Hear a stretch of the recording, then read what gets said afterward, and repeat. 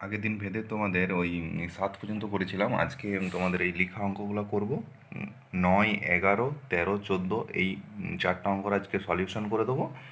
বাকিগুলো তোমরা করার চেষ্টা করবে, অর্থাৎ 8, 10, 12, 15 এই 4টা করার চেষ্টা করবে। যদি না হয় তখন ক্লাসে বলবে। এবারে প্রথম অঙ্কটা দেখো, 9-এরটা বলছে গোলকের আয়তন গোলকের আয়তন ব্যাসার্ধের ত্রিঘাত এর সঙ্গে সরল ভেদে থাকে। এবারে তিনটা আইটেম দিয়ে দিচ্ছে: 1-1/2 এবং 2-1/2 মিটার দৈর্ঘ্যের ব্যাস বিশিষ্ট 3টি নিরেট গোলককে গলিয়ে একটি নিরেট গোলক বানানো হলো। মানে ওই তিনটাকে মিশিয়ে দেওয়া হলো। নতুন গোলকের ব্যাসের দৈর্ঘ্য নির্ণয় করি। গলানোর আগে ও পরে আয়তন একই থাকে, অর্থাৎ কোনো মানে ওই যে তিনটা গোলককে গলানো হচ্ছে পুরোটাই কাজে লাগানো হচ্ছে নতুন গোলকটা বানাতে। তাহলে এখন যেটা হচ্ছে গোলকের আয়তন আমি ধরে নেব। তাহলে অঙ্কটা আরেকবার ভালো করে পড়ো। গোলকের আয়তন গোলকের ব্যাসার্ধের ত্রিঘাতের সঙ্গে সরল ভেদে থাকে। তাহলে ধরি গোলকের আয়তন সমান ভি। আয়তন মানে ঘনমিটার, ব্যাসার্ধ আর মিটার। তাহলে ভি ভ্যারিজ কত? ত্রিঘাত। ব্যাসার্ধে ত্রিঘাত অর্থাৎ আর কিউ, বা ভি সমান কে আর কিউ, যেখানে কে অশূন্য ভেদ ধ্রুবক। যেখানে কে হলো অশূন্য ভেদ ধ্রুবক।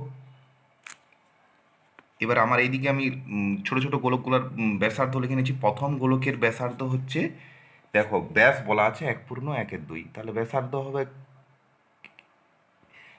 হবে 3/4 মিটার। একইভাবে দ্বিতীয় গোলকের ব্যাসার্ধ হচ্ছে 1 মিটার, আর তৃতীয় গোলকের ব্যাসার্ধ হচ্ছে 5/4 মিটার। এখন আমার এই তিনটার থেকে তিনটা ছোট গোলকের এই যে নিয়মটা ভেদের, এই যে আমি নিয়ম আয়তন ব্যাসার্ধের ঘনের সাথে সরল ভেদে থাকে, এই যে নিয়মটা এই ছোট গোলকগুলোর ক্ষেত্রেও অ্যাপ্লিকেবল। তাই দেখো আমি যেটা সহজ, যে কোনো একটা এই 1 মিটার ব্যাসার্ধ বিশিষ্ট কাজটা নিয়ে কাজ করাটা সহজ, গুণ টুনের ঝামেলা কম আসবে। তাই ওইটাকে আমি বসিয়ে দিলে আমি কে এর মানটা পেয়ে যাব। তাহলে এই রিলেশনটাই আমি এই গোলকটা পুট করে দিই। তাহলে দ্বিতীয় গোলকের আয়তন সমান কত? গোলকের আয়তন আমরা জানি 4/3 π r কিউ। তাহলে 4/3 ইন্টু পাই ইন্টু 1 ঘনমিটার, বা 4/3 π ঘনমিটার। তাহলে এই 1 নম্বর সমীকরণ থেকে আমি এটা বসিয়ে দেবো। তাহলে 4/3 π ভি মানে কত? 4/3 π বসিয়ে দিলাম। 4/3 π সমান কে ইন্টু 1/3, বা কে সমান 4/3 π। তাহলে কে এর মানটা আমরা পেয়ে গেলাম। কত পেলাম? 4/3 π। তাহলে নতুন যে 1 নম্বর সমীকরণ থেকে আমি একটা কেটা অজানা ছিল, সেই কেটা পেয়ে গেলাম কত? 4/3 π। অতএব ভি সমান হচ্ছে 4/3 π ইন্টু আর কিউ। এরপরে দেখো তিনটি যে গোলক ছিল ছোট ছোট, তার 1 নম্বর এই 2 নম্বর গোলকটা আমি এখানে কাজে লাগিয়েছি আমার নিজের উদ্দেশ্যে। সেটা হচ্ছে কে এর মানটা বের করার জন্য। তুমি অন্য যে কোনো দুটাকে কাজে লাগাতে পারো, বা যে তিনটার মধ্যে যে কোনো একটাকে কাজে লাগাতে পারো, কিন্তু এই একটা নিয়ে আমার কারুকার্য করার সুবিধে, তাই আমি কে এর মান পেলাম। যেটাই করো না কেন একই পাবে। এবারে তিনটি ওই ছোট তিনটা গোলকের মোট আয়তন কত? 4/3 π। এটা আমি কমন নিতে পারি ইন্টু প্রথমটার ব্যাসার্ধ কিউ, দ্বিতীয়টার ব্যাসার্ধ কিউ, প্লাস তৃতীয়টার ব্যাসার্ধ কিউ। তাহলে এইটা দেখো একটু ক্যালকুলেশন করে নাও নিজেরা। 27/64 + 1 + 125/64, এটা একটু 64 লসাগু করে দেখো। 4/3 π ইন্টু 216/64 এত ঘন মিটার। এবারে এখন 2 নম্বর সমীকরণে আমি এই মানটা বসিয়ে দেবো। এটা কি? ভি। তাহলে আমার কি কোণটা নির্ণয় করতে হবে? আটটা হচ্ছে অজানা। তাহলে আমি ওইটাকে আমি লেফট সাইডে রেখে দিই। যেটা নির্ণয় করি সেটা আমি কি লেফট সাইডে রেখে দিই, বাকিটাকে রাইট সাইডে নিয়ে চলে যাই। তাহলে 4/3 π ইন্টু আর কিউ সমান 4/3 π ইন্টু 216/64। এখানে আমি ভি এর মানটা বসিয়ে দিলাম। ভি এর মানটা আমি এখান থেকে এনে বসিয়ে দিলাম 2 নম্বর রিলেশনে। বা আর কিউ সমান, দেখো 4/3 π আমি লেফট করে দিচ্ছি, অর্থাৎ ছেড়ে দিচ্ছি। বা আর কিউ সমান এই 216/64 মানে 6/4 তার কিউ, বা আর সমান 6/4, বা আর সমান 3/2। এটা 2 কেটে যাচ্ছে, 3 দুগুণে 6, 2 দুগুণে 4। তাহলে নতুন গোলকের ব্যাস কত হবে? ব্যাসার্ধ গুণিত 2, মানে 3/2 গুণিত 2 মানে 3 মিটার। 3 মিটার। ব্যাস সমান জানো 5-6-এ আছে 2 ইন্টু ব্যাসার্ধ। বেশ, এরপরে আমরা কতটা করবো? 11টা। দেখো কি বলছে, A varies B B varies C হলে দেখায় যে A Q plus B Q plus B Q plus C Q plus C Q plus A Q varies A B C into A Q plus B Q plus C Q.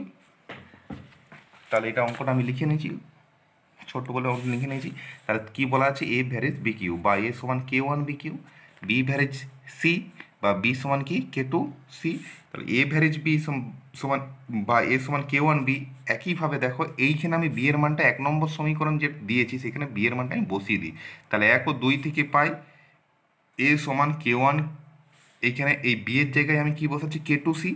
তাহলে কি পাচ্ছি কে one into K two into C, এটা আমি 3 নম্বর নাম দিলাম। যেখানে আমি আগেই বলেছি কে ওয়ান কে টু অশূন্য ভেদ ধ্রুবক, যেখানে আমি লিখবো কে ওয়ান কে টু অশূন্য ভেদ ধ্রুবক লিখবো। তাহলে কি পেলাম, এ সমান কে ওয়ান বি, বি সমান কে টু সি। আরেকটা এইখানে বি এর মানটা বসিয়ে দিয়ে এ সমান কি পেলাম K one into K two into C. এখন তোমাকে দেখাতে হবে A Q plus B Q plus B Q plus C Q plus C Q plus A Q সমান ভ্যারিজ এইটা। তার মানে এই দুটোর অনুপাত সমান ধ্রুবক দেখাতে হবে। তাহলে ওই দুটোর অনুপাত আকারে আমি লিখে নিয়েছি। এখন এ এর মান কে ওয়ান কে টু সি আর বি এর মান কে টু সি আমি যদি এই অনুপাতটায় বসিয়ে দিই, দেখো সব সি এর আকারে চলে আসবে, এ বিটা সব সি কে ওয়ান কে টুর আকারে চলে আসবে। দিয়ে দেখবে সিটা দেখো কি হচ্ছে, এ এর মান বসিয়ে দেখো কে ওয়ান কে টু ইন্টু সি এর কিউ, বি এর মান কে টু ইন্টু সি তার কিউ প্লাস বি এর মান কে টু ইন্টু সি তার কিউ, সি কিউর মান বসাচ্ছি না, plus C Q into A Q মানে কে ওয়ান কে টু ইন্টু সি। একইভাবে নিচে বসেছি, এ এর মান বসিয়ে দিচ্ছি, দেখো বি এর মান বসেছি, সি যেমন আছে তেমন এ এর মান বসিয়ে দিচ্ছি, বি এর মান সি যেমন আছে তেমন। খেয়াল করো এখানে K one Q plus K two Q, আরেকটা এখানে K two Q K to the power six, এখানে সি কিউ আরেকটা সি কিউ আছে, তাহলে C to the power six. একইভাবে দেখো কে টু হোল কিউ, আরেকটা আছে সি কিউ আর সি কিউ মানে C to the power six. এখানে দেখো K one Q K two Q আর এখানে একটা সি কিউ আর এখানে একটা সি কিউ, তাহলে C to the power six. একইভাবে নিচেও দেখো K one into K two square into 3টা সি আছে মানে সি কিউ। তারপরে দেখো K one Q K two Q into C Q plus K two Q into C Q plus C Q. দেখো উপর থেকে আমি easily C to the power six common নিতে পারি, নিয়ে নিয়েছি। আরেকটা কমন যেতে পারে কে টু স্কোয়ার কমন যেতে পারে, দরকার নাই নেওয়া, নিতেও পারো নাও পারো। তাহলে C to the power six আর নিচ থেকেও C to the power six common চলে যাচ্ছে, দিয়ে একটা কে ওয়ান কে টুর একটা এক্সপ্রেশন পড়ে থাকছে। তাহলে C to the power six আমি পরের লাইনে ক্যান্সেল করে দিচ্ছি। তাহলে কী পড়ে থাকছে, কে ওয়ান কে টুর একটা এক্সপ্রেশন পড়ে থাকছে। তুমি এখানে একটা কে টু কমন নিয়ে কেটে দিতে, কে টুটাও ক্যান্সেল করে দিতে পারো, কে টু স্কোয়ার ক্যান্সেল করে দিতে পারো। যদি কে টু স্কোয়ার ক্যান্সেল করে দাও তখন এখানে একটা কে টু কম থাকবে, ওটা নিজেরা করে নেবে। আমার ওটা মিসিং হয়েছে। এবারে তাহলে কে ওয়ান কে টু যদি ধ্রুবক হয় তাহলে এই পুরো এক্সপ্রেশনটা কি আছে, এ বি সি কেউ নাই, তাহলে এটাও ধ্রুবক হবে যেহেতু কে ওয়ান কে টু ধ্রুবক। তাহলে আলটিমেট কি হচ্ছে, এই দুটার অনুপাত কি হচ্ছে ধ্রুবক, অতএব এটা ভ্যারিজ, এটা প্রমাণিত।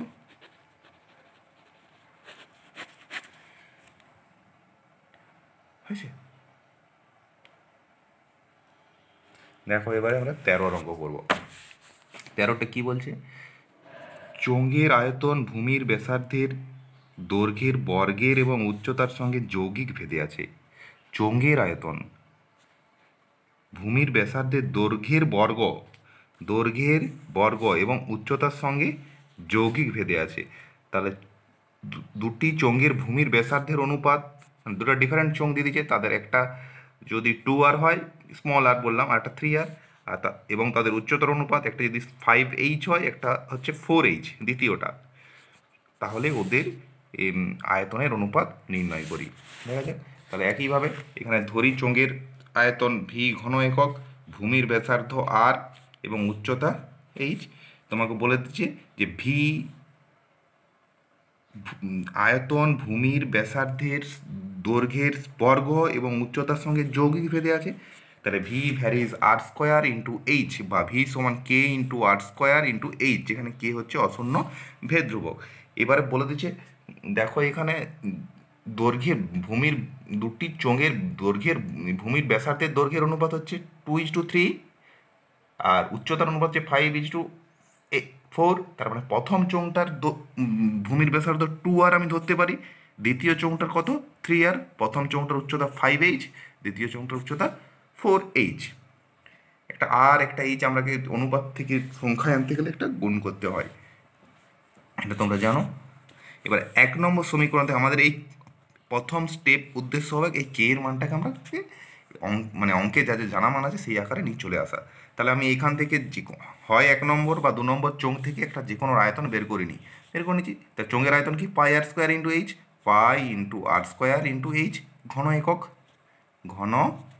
তাহলে 1 নম্বর থেকে কি পাচ্ছি, তাহলে ভি এর জায়গায় বসিয়ে দিচ্ছি পাই into R square into H সমান কে ইন্টু 3r স্কোয়ার।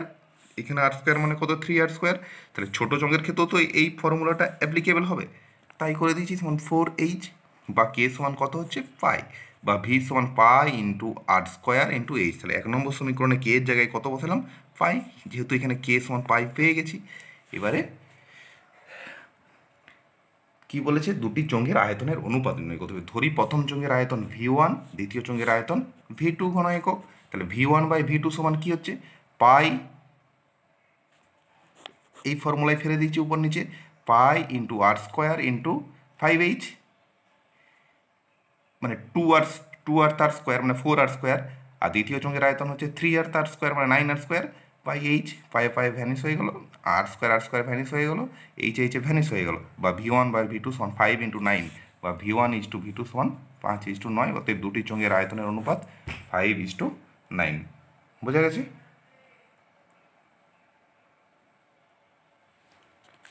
এরপরে আমরা 14 অঙ্ক করব।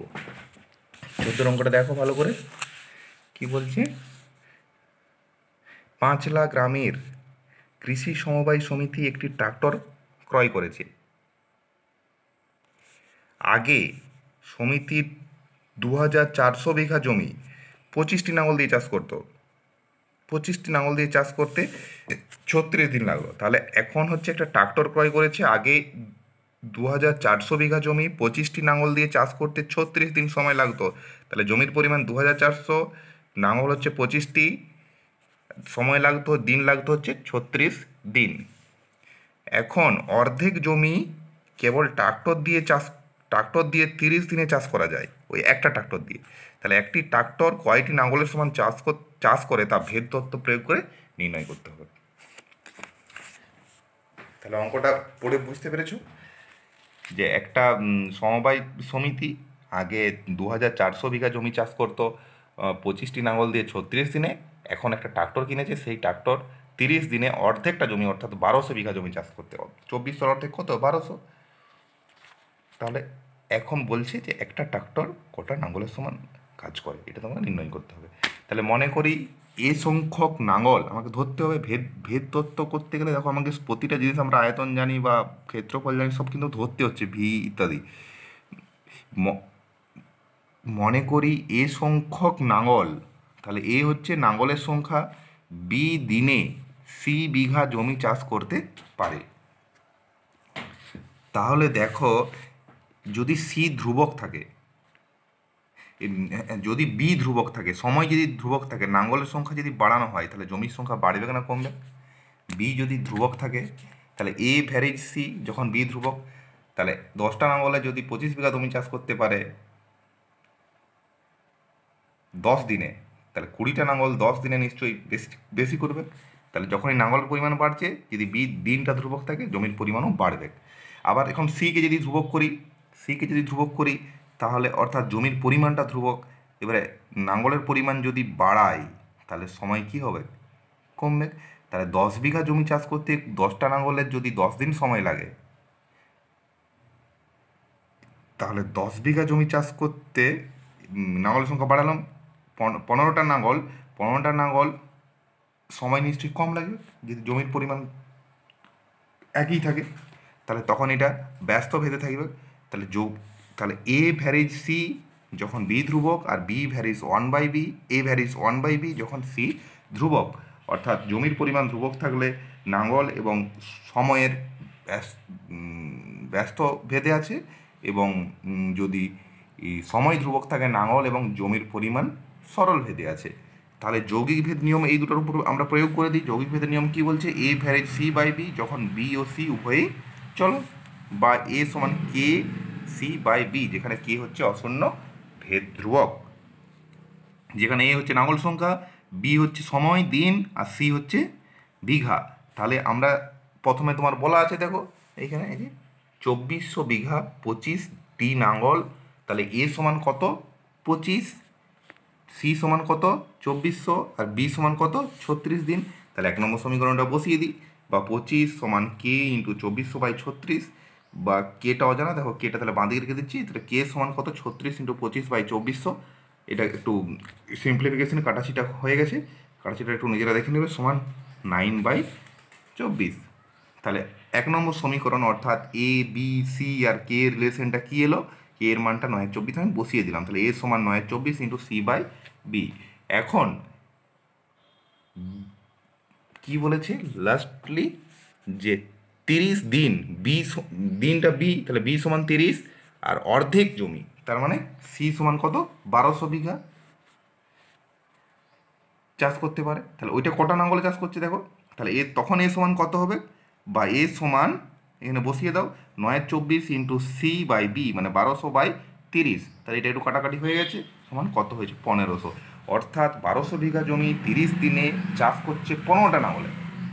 ভালো করে ভাবো, 1200 বিঘা জমি 30 দিনে 15টা নাঙ্গলে চাষ করছে, কিন্তু একটা ট্রাক্টর কেনার ফলে 1200 বিঘা জমি 30 দিনে একটা নাঙ্গলে চাষ করছে, একটা ট্রাক্টরে চাষ করছে। তাহলে একটা ট্রাক্টর 15টি নাঙ্গলের সমান চাষ করে।